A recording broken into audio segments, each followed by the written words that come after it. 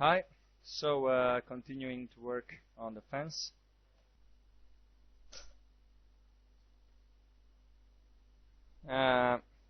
So now we're just kind of stretching this. So when we array, it's going to look good.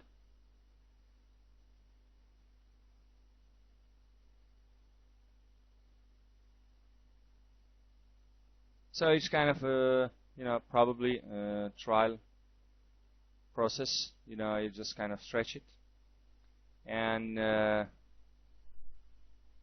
we're going to array now, and very quickly. That's our fence there. And now using the bend tool, we're going to make it into a circle. And the only way to do this is just kind of trial and error situation, because once you bend it into a circle, you're going to see that it's a bit too small or too big, which is going to need you to go into the straight one, and I mean into the array, and add a little bit more segments to the array. So that's exactly what I'm doing. I'm just increasing the count on the x-axis to kind of make it a bit bigger. So when I bend it into a circle, it's going to create a wider circle.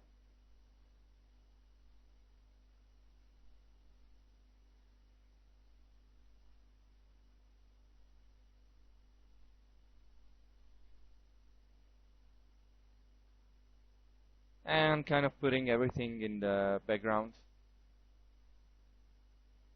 to see exactly how big the circle I want. And just to have a better idea, I am going to make that circle up front. It's going to make our process a little bit more interesting. I want to say a little bit more easy. So using this as a reference, it'll be much easier to guess the size.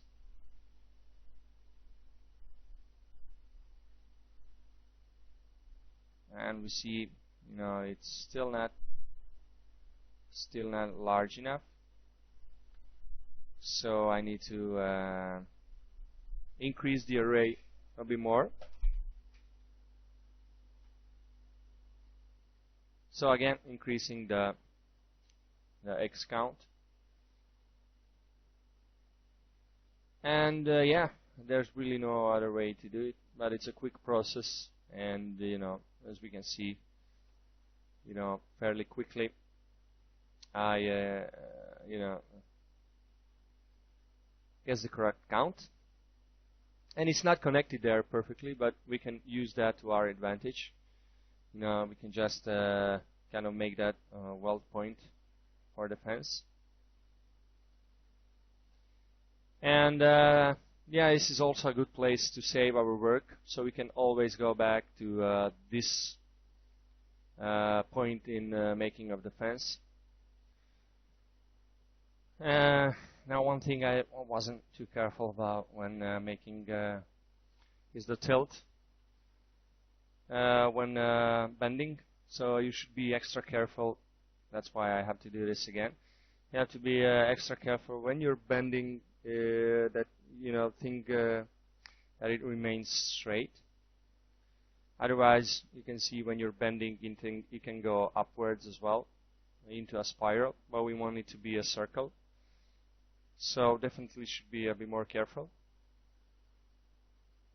when you're bending, that the fence remains straight.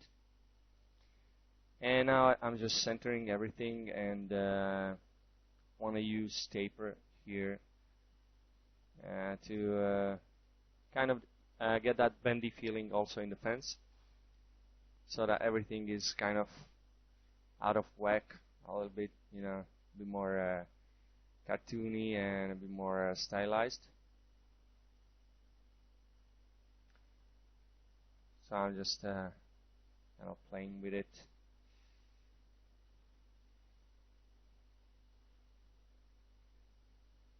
And yeah, pretty happy with that. I like that feeling. And again, now we just have to jitter everything around a little bit to get that natural feeling. So basically doing that with all the elements of our environment.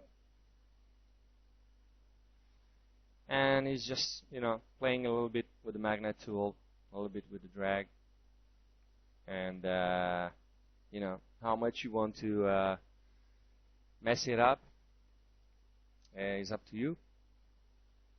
But you want to kind of strike that balance between bendy and kind of messy. You don't want it to be too strenuous on the eye. And now it's just a matter of kind of fixing this this area here. And for us, really, it's it's okay if it's not perfect, if it's not straight. That's what we want to get. And this is where our two fences meet. And we can kind of make this, like a point where the fence was welded. And now it's just a matter of closing these holes up. It's a little bit tedious work.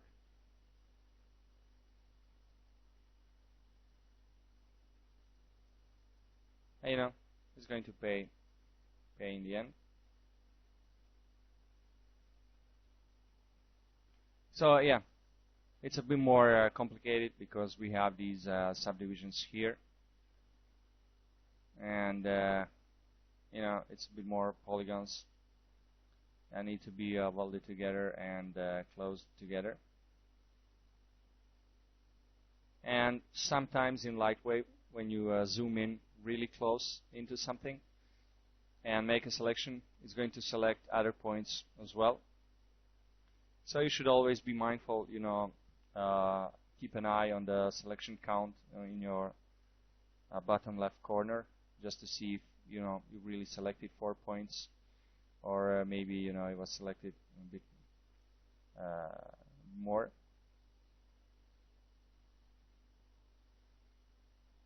So just going through these and welding it up.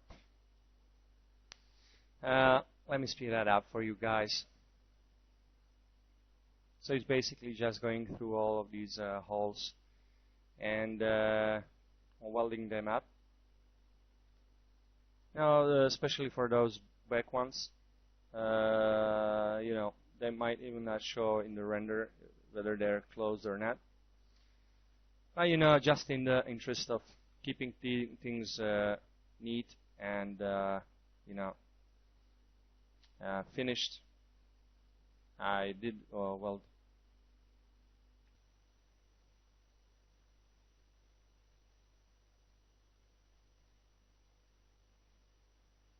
This is Halloween, this is Halloween, Halloween, Halloween.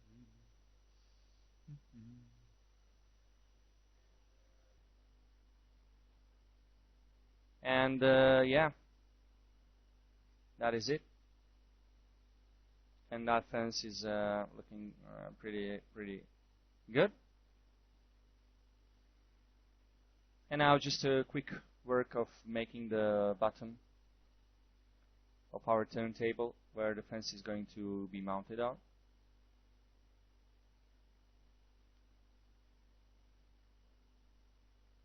So it's just a few bevels here and there, and very quickly we have our base of the turntable.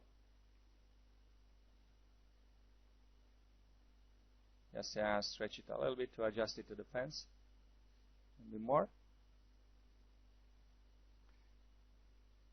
And yeah, again adding some sharpness with the bend saw.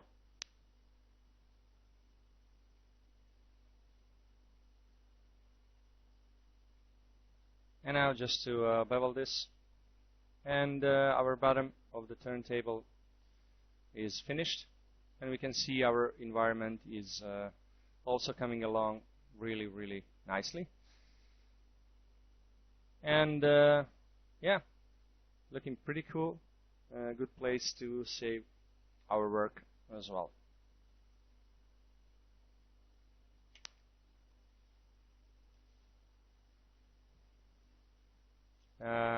Yeah, so now we just have to create the floor, the ground, better to say. So I'm going to start from this box, add a few segments.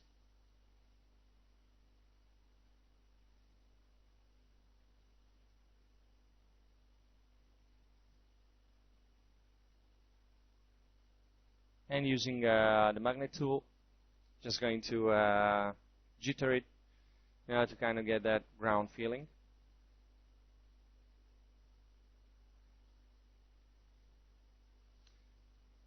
Of course, I'm kind of being mindful of these two tombstones, just to kind of complete our composition with these with the bulges on the floor. And now, according to that, I'm just going to place the tombstones a little bit to fit a little bit better to the ground. So I wanted to make it a little bit hilly, like a small hill, not too much, so that Jack can stand on it, comfortably.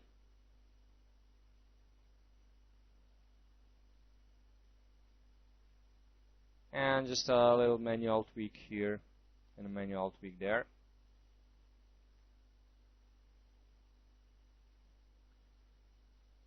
And right now Jack is not posed, but I kind of just want to turn it to see how he's going to fit. Is this distance between these tombstones big enough for the pose that I have in my head? Where I want his right foot to be standing, on one of the tombstones.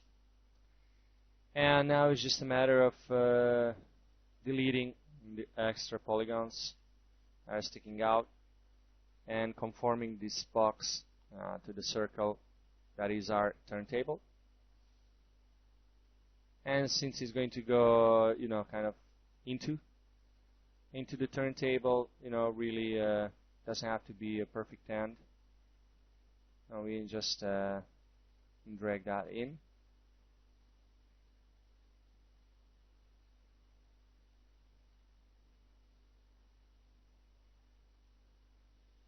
And that's exactly what I'm doing right now. It's a nice and quick way to make this ground plane.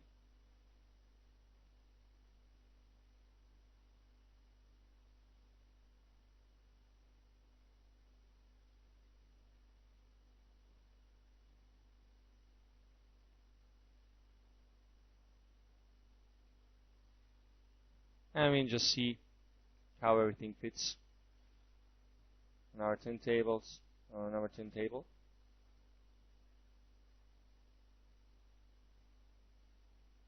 Just to center that and to center our plane so that everything is centered, which makes editing a lot easier in many cases. So it's just something to have, to keep in the back of your mind. And now it's just a little bit of tweaking.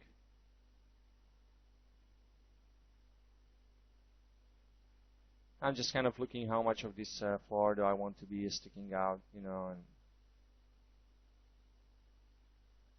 I just want to kind of give that feel of earth being thrown there. So it's just,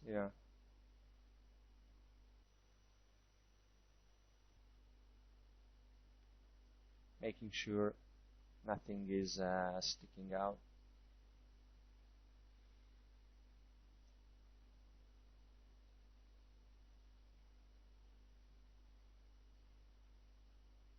And this is called for the fence to be just a little bit smaller, so it fits nicer, which actually is good for us. And yeah, that's as far as our environment goes. You know, a perfect spot to save our work. But one thing that was bothering me throughout this process is the fence,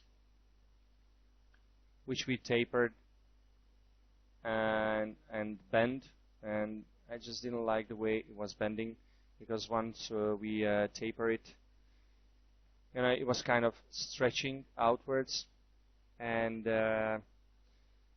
deforming a little bit. And it's not something that you're really going to see that much, no, but it kind of, those sharp, pointy things at the end of the fence kind of lost their form a little bit, and that was bothering me. And since it's a quick fix, you know, to bend this again when it's straight, and then it's going to bend nicely, and then like this to make it into a circle, that would just make things really perfect. And I decided to do the extra effort and to do this fence again. And it's just, you know, things like this are inevitable to happen while you're working. And, you know, it's not a big difference, but I just want it to be perfect. And, again, it's a relatively quick fix, so I didn't mind a little extra effort. And, yeah, as I said, you should never be afraid to go back and rework something until you're 100% happy with it. And for me, yeah, this fence is a perfect example of that. And of course, a little bit frustrating is that the part that we were welding those points up to close up the fence is, you know, like now kind of useless. But anyway,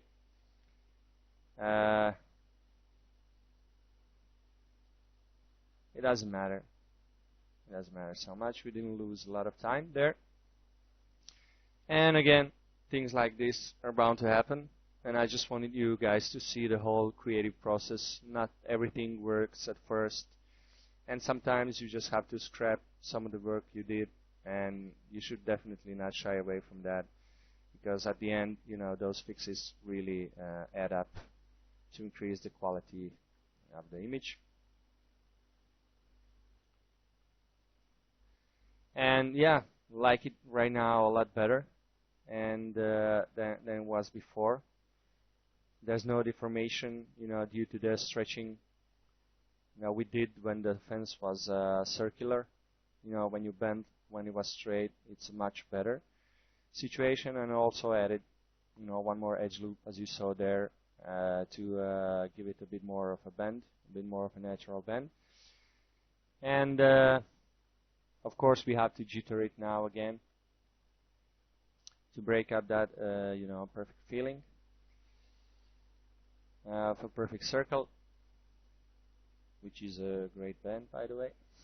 Don't know if you guys heard it. But in any case, back to the fence. Again, just, you know, jittering things a little bit more. And, yeah, once you do that, that is it as far as the environment is considered. And all that is left in the modeling process is to pose Jack and add a few creases to his clothes once as we are putting him in his pose. And then up to texturing and rendering. Yeah, so see you guys in the next session.